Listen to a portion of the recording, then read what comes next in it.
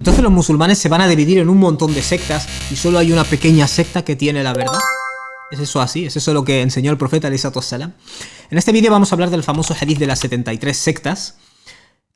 Y este hadith esencialmente lo que nos dice es lo siguiente. ¿Vale? Pero este vídeo va a ser interesante porque yo explico mucho en los vídeos que mucha gente tiene posturas extremas sobre el hadith, especialmente sobre los hadices que se nos transmiten por uno de los compañeros, es decir, por una cadena aislada, que no son infalibles, y mucha gente ha adoptado la postura de que los tiramos todos a la basura, o la postura de que no, cada hadith que ha sido autenticado es infalible. Y lo que yo intento decir es que la mayoría de eruditos musulmanes, cuando estudian los libros de ciencias del hadith, los libros de epistemología de usul, cuando estudias con maestros cualificados y con shuyukh, lo que te explican es una postura intermedia, es decir, las cosas que transmitieron muchos compañeros del profeta, a la vez, sabemos que no hay error, porque está transmitido por masas, ¿no? Igual que el Corán. Pero por otro lado, tenemos informaciones que nos transmite un compañero del profeta, o dos, y no es infalible esa información, lo que hacemos es cotejar las fuentes, ¿vale? Ver que transmiten con precisión, etcétera, ¿no? Las ciencias del hadith. Y cuando tenemos un hadith cotejado, lo llamamos sahih, es correcto, pero eso no significa que esa frase que tú lees en el hadith sea infalible, porque a lo mejor fue dicha en un contexto o está usando una forma de expresión concreta que no se aplicaría como algo universal. Entonces, ¿cómo solucionas eso? Lo que haces es mirar más versiones del hadith y compararlo con otros textos del Corán y con otros hadithes, que te dan una imagen de conjunto. Y la mayoría de eruditos con los que yo he tenido el placer de estudiar, y maestros, lo ven de esta manera. Al final es una cuestión de si cada hadith tiene un 85 o 90% de fiabilidad histórica, los hadithes que vienen por una sola vía de transmisión, tú lo que haces es ajuntar los máximos hadithes posibles sobre un tema y la imagen que se dibuja es muy lógica y es muy coherente y es muy consistente con el Corán, ¿vale? Pero si empiezas a recortar frases, claro, ahí es donde la gente empieza a decir estos hadithes dicen tonterías, ¿vale? Porque se te está escapando algo, ¿vale? Hay más versiones del hadith, otras versiones usan otras palabras, etcétera, etcétera, ¿vale? Y este hadith de las 73 sectas, lo vais a ver hoy, es como para mí un bonito caso de estudio, ¿vale? Es un hadith que nos sirve para ver por qué nos solemos equivocar con esto de los hadithes. Muy bien, el hadith dice lo siguiente, aproximadamente, porque hay varias versiones. Pero en este hadith el profeta alayhi salatu wassalam nos explica que los judíos se dividieron en 71 sectas, lo habréis escuchado. Los cristianos se dividieron en 72 sectas. Y mi comunidad, mi nación, dice el profeta alayhi salatu wassalam, mi umma, se dividirá en 73 sectas. Todas ellas estarán en el fuego a excepción de una. ¿Cuál es esa una? Diferentes versiones del hadith nos dicen cosas distintas. Una de las versiones nos dice al-jama'a. Al-jama'a lo podrías traducir como... ¿Cuál es la palabra que tenía yo en mente? El grueso. Este hadith está en Sunan Ibn Majah y es auténtico, de acuerdo, por ejemplo, a eruditos como Albani. Y en la versión de At-Tirmidhi encontramos que el profeta dice que esta secta, este grupo correcto es Ma ana alayhi wa ashabi, aquello en lo que yo estoy y mis compañeros. ¿Vale? Vale. Muy bien. ¿A qué conclusión llega mucha gente cuando lee este hadith? Y muchos de ellos lo rechazan, ¿vale? La conclusión a la que llega mucha gente es la siguiente. Uno, la mayoría de los musulmanes están desviados. ¿Por qué? Bueno, porque el profeta ha dicho 73 sectas, solo una estará en el paraíso. Y 72 de ellas en el fuego. Ostras. O sea, si te pones a hacer la cuenta, ¿no? Si divides la umma, la nación musulmana, en 73 trozos y solo uno está en el paraíso, la inmensa mayoría está en el infierno, ¿no? Esa es la primera conclusión que la gente saca. Y la segunda conclusión que la gente saca es que ese grupo pequeño es uniforme, son todos iguales, por eso están en el grupo salvado.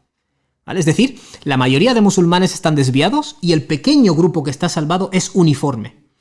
Y estas dos conclusiones, ninguna de las cuales está en el hadith, es defendida por musulmanes sectarios que quieren atribuirse a sí mismos que son el único grupo salvado. Supongo que no hace falta que entre en detalles porque todos ya sabemos, ya hemos conocido a alguien o alguienes en esa categoría. Pero luego, por otro lado, tenemos a la gente que rechaza el hadith, ¿no? Los llamarán coranistas. A mí no me gusta usar esa palabra porque hay cierta infidelidad al Corán cuando rechazas la sunna, ¿vale? Pero sí que son anti-hadith, ¿vale? O son escépticos del hadith. Y lo que hacen es coger frases como esta y decir, ¿ves? Mira, este hadith enseña que la mayoría de musulmanes están desviados y que solo hay un pequeño grupo que está salvado. Pero el problema que veo en esto es que tanto quienes cortan la frase de hadith y la van pegando por ahí, por las paredes y, y por los murales, como si fuera un titular, se están saltando datos, pero luego quienes rechazan los hadices en general hacen lo mismo, ¿vale? Es decir, cogen estas frases, te sacan estas conclusiones simplificadas y entonces rechazan el hadith. Estáis haciendo lo mismo, ¿vale? Es el mismo error. Vale, cuando hables que esto, insisto, yo cuando veo los comentarios de hadith y ves cómo los eruditos abordan estos temas con cuidado, comparar versiones, comparar fuentes, a mí me enternece el corazón, ¿no? De ver la meticulosidad académica que tienen los eruditos y luego a nivel de calle el nivel que tenemos, ¿no? Esto no sirva como una crítica destructiva, sino constructiva. Tanto a quienes cortan las frases de hadith para llegar a conclusiones trambólicas, como a los que rechazan los hadices en base a esas conclusiones trambólicas, ¿vale? Ahora vamos a analizar un poco este hadith, ¿vale? Insisto, si tenéis más dudas, cogéis Qastallani, cogéis el comentario de Sahih Muslim de Imam al-Nawawi, cogéis Fathul Bari, hay comentarios de hadith. Nada de esto es secreto, esto es bien conocido, ¿vale? Los eruditos y los lingüistas han analizado estas cosas y los eruditos de hadith, que son historiadores de un tipo particular, han puesto todas las narraciones juntas y han reconstruido las cosas, ¿vale? Porque ellos no se dedican a cortar y pegar, como hacemos usted y yo en internet. Vale, vamos a hacer un pequeño análisis de este hadith. ¿Qué es lo que se entiende de este hadith a nivel de calle? Que la mayoría de musulmanes están desviados y que el grupo correcto es una pequeña secta uniforme.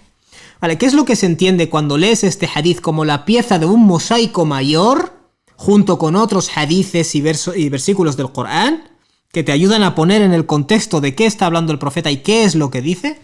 Se sacan unas conclusiones totalmente distintas. La primera de ellas es que el profeta dice: mi umma se dividirá en 73 sectas. Cuando el profeta dice mi umma, ¿qué significa eso? Que todos son musulmanes. Y que todos son parte de la umma. Y esto por definición implica que no van a estar en el fuego de manera indefinida. ¿Se os había ocurrido? Así que este es el primer punto. Segundo punto, cuando el profeta dice mi umma, mi comunidad se ha dividido en 73 sectas, posiblemente no sea literal este número. ¿Por qué? Porque los árabes, en su forma de hablar, solían decir, cuando algo se divide en muchos trozos, solían decir 70 trozos. Cuando Dios nos dice en el Corán que no recéis por los hipócritas, ¿qué nos dice? Aunque reces 70 veces por ellos, Dios no va a perdonarles, ¿no? La Sura 9. Ese 70 no es un número literal, ¿vale? En español tenemos una expresión que es la siguiente: te he llamado 1000 veces. Te lo he dicho 1000 veces, tío. ¿Vale? Ese 1000 no es un número literal. No te lo he dicho 999 veces más una. ¿Quiere decir que te lo he dicho un montón de veces? Pues en la lengua árabe el 70 cumple esa función. Y el 700 también, ¿vale? Entonces cuando el profeta dice 73 sectas, es posible que lo único que esté diciendo es muchas sectas. Pero más que los cristianos. Y los cristianos más que los judíos. Por eso dice 71, 72 y 73, ¿vale? En árabe esto de hecho se entiende, ¿no? Retóricamente. Vale, y otro punto importantísimo es cuando la gente dice, mira, 73 sectas, parte la umma, parte la nación en 73 trozos, uno de ellos está salvado. Espera un momento, el profeta no ha dicho en ningún momento que todos estos trozos sean del mismo tamaño. En otras palabras, es posible que el 90% de la umma sea ese grupo salvado y los otros 72 grupos estén conformados en el otro 10%. ¿Me explico? En ningún momento el hadith dice mi umma se dividirá en 73 grupos del mismo tamaño. ¿Vale? No se está dividiendo la población musulmana en 73 trozos iguales. El hadith no dice eso.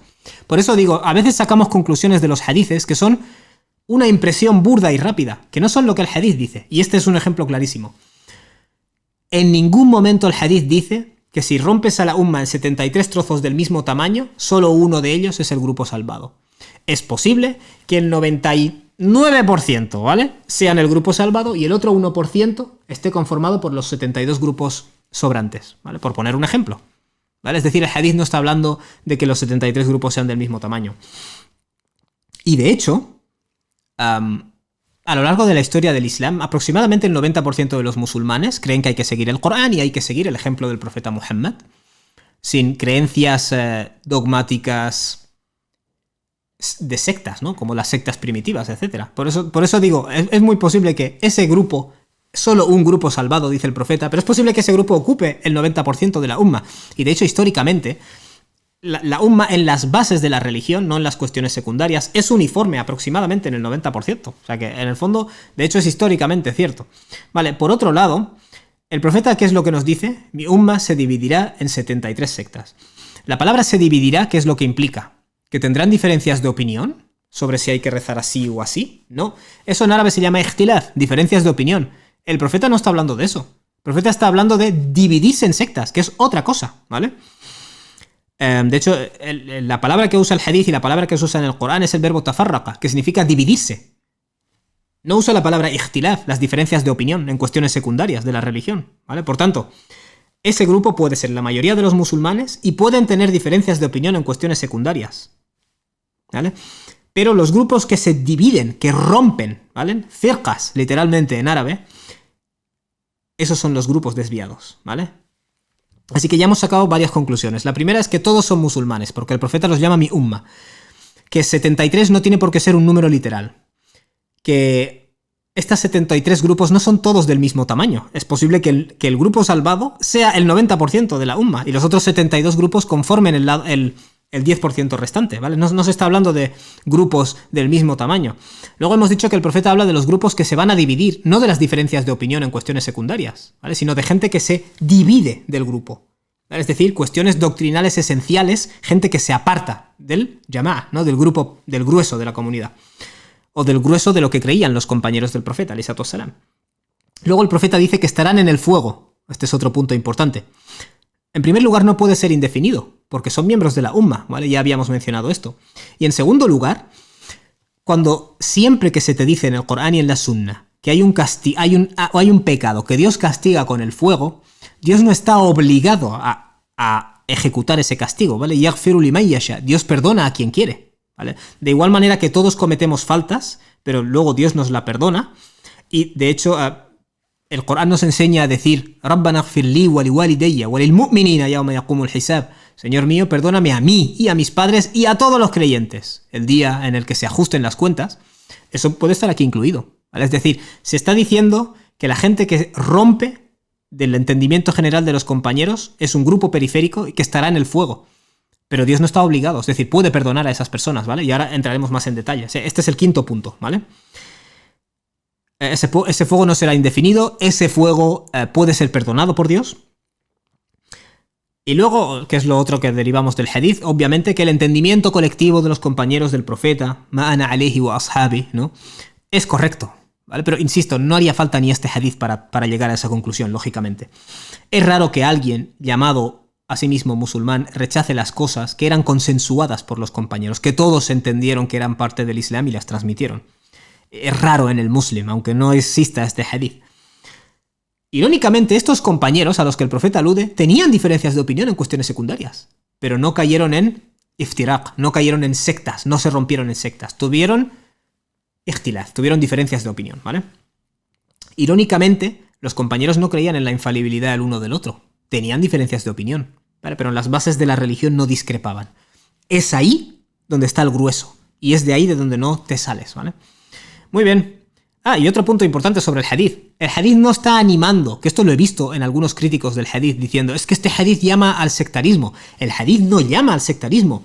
El hadith está informando, prediciendo que se producirá el sectarismo. No lo está ni aprobando ni invitando a que la gente participe en él. Es una conclusión, vamos, demasiado absurda. De hecho, el propio Corán dice وَاعْتَصِمُوا بِحَبْلِ اللَّهِ جَمِيعًا وَلَا تَفَرَّقُوا. Aferraos todos juntos a la cuerda de Dios y no os dividáis. Corán nos dice innal ladhina farraqu dinahum wa kanu shi'an, aquellos que han partido su religión en trozos y se han convertido en sectas, ¿no? En facciones, lasta minhum fi shay'in, tú no tienes nada que ver con ellos. Innama amruhum ila Allahi thumma yunabbi'uhum bima kanu yaf'alun, su asunto quedará solo en manos de Dios y él ya les informará de lo que se dedicaban a hacer. Y otro punto importante sobre el hadith es que nunca se tiene que utilizar para que tú digas, oh, ¿ves? Yo soy el grupo salvado y los demás están desviados. ¿Por qué? Porque el Corán nos dice, وَلَا تُزَكُّوا أَنفُسَكُمْ, no vayáis de puros, no os atribuyáis la pureza a vosotros mismos, هُوَ أَعْلَمُ بِمَنِ اتَّقَى, es él el que sabe. ¿Quién es consciente, no? ¿De verdad? Y ya está. Y hay otro apunte que los eruditos mencionan que me parece súper interesante.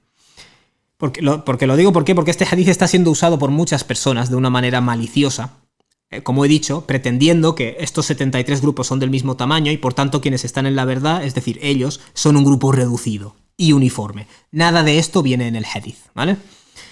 Por otro lado, algunos eruditos dicen lo siguiente: es posible que tú tengas un buen aqida, que te sepas todas las clases de aqida, los nombres de los grupos de aqida y de este erudito y el otro, tienes un conocimiento técnico, pero luego, por ejemplo, seas un fornicador, o seas una persona arrogante, ¿vale? La arrogancia es un pecado mayor. Y es posible que otra persona de estos grupos pequeños, periféricos, está equivocado en la aqida, pero a lo mejor él no tenía acceso a saber cuál era lo correcto, o seguía lo que le enseñaron sus padres. Era por ignorancia, no sabía leer, como ha pasado en muchos de nuestros antepasados, no sabían leer ni escribir, se creían lo que sus padres les enseñaron, pero eran buenas personas, y es posible que a esa persona Dios le perdone, pese a su error de aqida, y es posible que a ti, que tienes una aqida exquisita, debido a tu arrogancia y a tu maltrato a los demás musulmanes, Dios te castigue. Por eso digo, nunca me cortes una frase de un hadith, dame todas las evidencias, ¿vale? Karami, ¿en qué te basas para decir esto? Que puede alguien tener buena aqida y Dios le puede castigar. En otros hadices, en Sahih Muslim nos encontramos un hadith en el que una persona, el profeta reporta que una persona le dijo a otra: juro por Dios que Dios jamás le va a perdonar. Y Dios le respondió a esta persona diciendo: ¿quién es el que se atreve a jurar por mí que yo no voy a perdonar? He perdonado a esa persona y te he castigado a ti, ¿vale? O te voy a castigar a ti. ¿Qué quiere decir eso? Esta persona dijo: juro por Dios que Dios no va a perdonar a fulano. ¿Y Dios qué es lo que dijo? Ese fulano, pese a sus errores, tiene una bondad dentro por la cual le perdono. Pero tú tienes una arrogancia dentro de ti, porque ¿quién eres tú para decir a quién perdono y quién no? Y por eso te voy a castigar. ¿Vale? Esto es un hadith en Sahih Muslim. Por eso, vamos a poner todos los hadiths del tema sobre la mesa. No me cortes frases, ¿vale? Luego tenemos Sahih al-Bukhari, otro hadith interesantísimo, donde el profeta explica que un hombre estaba súper inmerso en el pecado. Y cuando se le acercó la muerte, llamó a sus hijos y les dijo: cuando muera, quemadme, hacedme añicos, hacedme polvo y distribuid ese polvo en los vientos, ¿vale? Os vais al mar y lanzáis el polvo en el viento para que se desperdigue. Por Dios, que si Dios es capaz de reunirme, me va a castigar de tal manera que no ha castigado a nadie más, ¿vale? Esta persona esencialmente decía: he cometido tantos pecados que como me pille Dios, la llevo clara. Entonces le pidió a sus hijos: pulverizadme, destruidme, trituradme y esparcir mis restos por todo el viento, en el mar, ¿vale? Es decir, para que Dios no pueda resucitarme. Se lo hicieron, y cuando esta persona se puso de pie ante Dios, o cuando se ponga de pie ante Dios, Dios le dice: ¿qué te hizo hacer eso? Y el hombre responde: el miedo ante ti, la reverencia ante ti, oh Señor. Y entonces, ¿qué hace Dios? Le perdona a causa de ello. Vale, ¿y qué deducen los eruditos de este hadith? Este hombre tenía una aqida terrible. Este hombre creía que si pulverizabas su cuerpo y lo esparcías por ahí, Dios no le podría resucitar. Eso es un error de aqida bastante gordo, ¿vale? Doctrinalmente, Dios es todopoderoso, es un error gordo, ¿vale? Pero Dios pasó por alto ese error de aqida. ¿Y en qué se fijó? En su motivación espiritual. ¿Qué es lo que le llevó a hacer eso? El temor que tenía por el mal que había hecho. Y a causa de ese remordimiento y de ese temor, Dios le perdonó. O sea, pasó por alto el error de aqida, Dios, y se centró en su estado espiritual, que le llevó a cometer eso. ¿Qué estoy intentando decir con esto? Que una persona no es solo salvada por tener un conocimiento de aqida técnicamente correcto, ¿vale? Lo digo porque mucha de la gente que corta y pega el hadith de las 73 sectas, saltándose todo lo que hemos explicado en este vídeo sobre la explicación del hadith, que no es más que una explicación lingüística, ¿vale? En gran medida. Umma, ¿qué significa umma? Significa que son musulmanes. ¿Qué significa 73? Es algo no literal, lo sabemos en la lengua árabe. ¿Cuál es la diferencia entre tafarraqa, dividir, y el ikhtilaf, las simples diferencias de opinión? Todo esto son análisis lingüísticos, no hay nada aquí raro. Estos son los análisis que hacen los eruditos en los comentarios de hadith, ¿vale? Pero la persona de a pie que corta y pega el hadith y no conoce estas cosas, y lo corta haciendo tazkiyan o takabbur en este caso, atribuyéndose a sí mismo ser un miembro del grupo salvado y recriminándole a los demás sus desviaciones, es posible que caiga en la arrogancia, es posible. Y hay un peligro, ¿vale? Es decir, y otros hadices nos demuestran que sí, que efectivamente Dios puede castigar a alguien con el aqida correcto y perdonar a alguien con un aqida incorrecto, ¿vale? Fijándose en otros factores como el estado espiritual. Y otro apunte, ¿vale?, que es interesante, cuando el profeta habla de los 73 grupos divididos y solo hay un grupo salvado, ese grupo salvado, como ya hemos dicho, puede ser más grande que los otros 72 juntos. Y otro apunte a mencionar es que el factor que diferencia a estos grupos no son las cuestiones secundarias del din.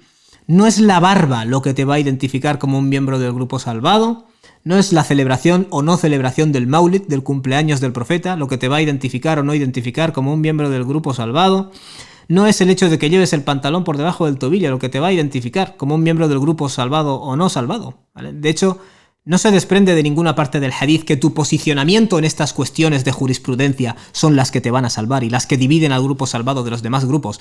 Más bien son los fundamentos esenciales de la religión de los cuales estas sectas han partido. Y estas sectas, insisto, pueden ser minoritarias e históricamente lo son, walhamdulillah. Así que en conclusión, con este hadith pasa lo que pasa con muchos otros. El cortapega es extremadamente peligroso, tanto de aquellos que cortan y pegan el hadith y no paran de citarlo, como de aquellos que rechazan el hadith en nombre de este uso irresponsable y ahistórico de los hadithes. Con esto concluyo la presentación. Haz clic en el enlace que te aparece abajo en la descripción, donde tendrás acceso a una clase mía sobre cómo estudiar el Islam.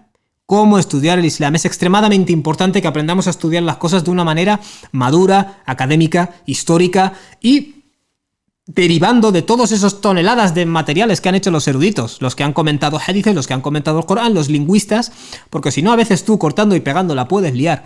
Barakallahu fikum, que Dios os bendiga y nos vemos inshallah en la clase.